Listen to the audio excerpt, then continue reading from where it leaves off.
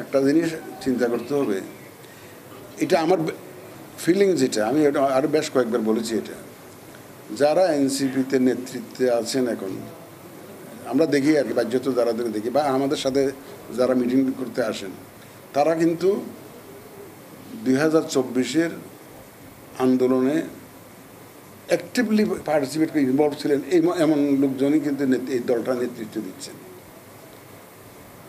এবং তারা গণতন্ত্রায়নের পথে নিজেরা বাধা সৃষ্টি করবেন, এইটা আমি মনে করি না।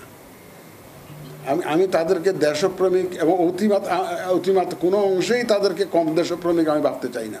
তাইলে তারা এরকম জান দেওয়ার জন্য রাস্তায় নামতেন না, তাই না? এই যারা নেতৃত্ব দিচ্ছে এনসিপিতে, তারা অনেক জীবনের ঝুঁকি নিয়ে এই আন্দোলন, এই অভ্যুত্থানে তারা যোগদান করেছিল, অ্যাক্টিভলি ইনভলভ হয়েছিল। সুতরাং তারাও দেশের মঙ্গল চান, তারাও দেশের ভালো চান, তারাও দেশের গণতন্ত্র চান।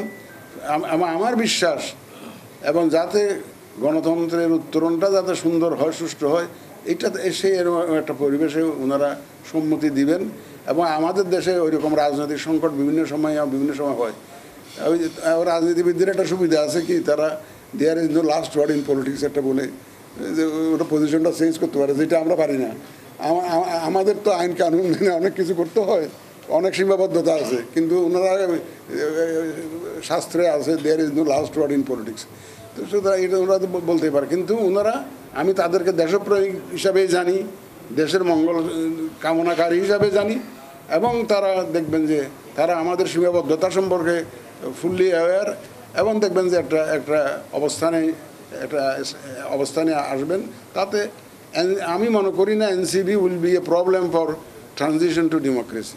তারা একটা নিজেদেরকে গণতন্ত্রায়নের পথে বাঁধা হিসাবে আসবেন এমন আমি মনে করি না। অন্তত এনসিপিকে আমি মনে করি না এইরকম একটা নিজের জীবন বাজি রেখে এই যে অভ্যুত্থানে যারা জড়িত ছিল তারা এই ধরনের কাজ করবেন বলে আমি বিশ্বাস করি না।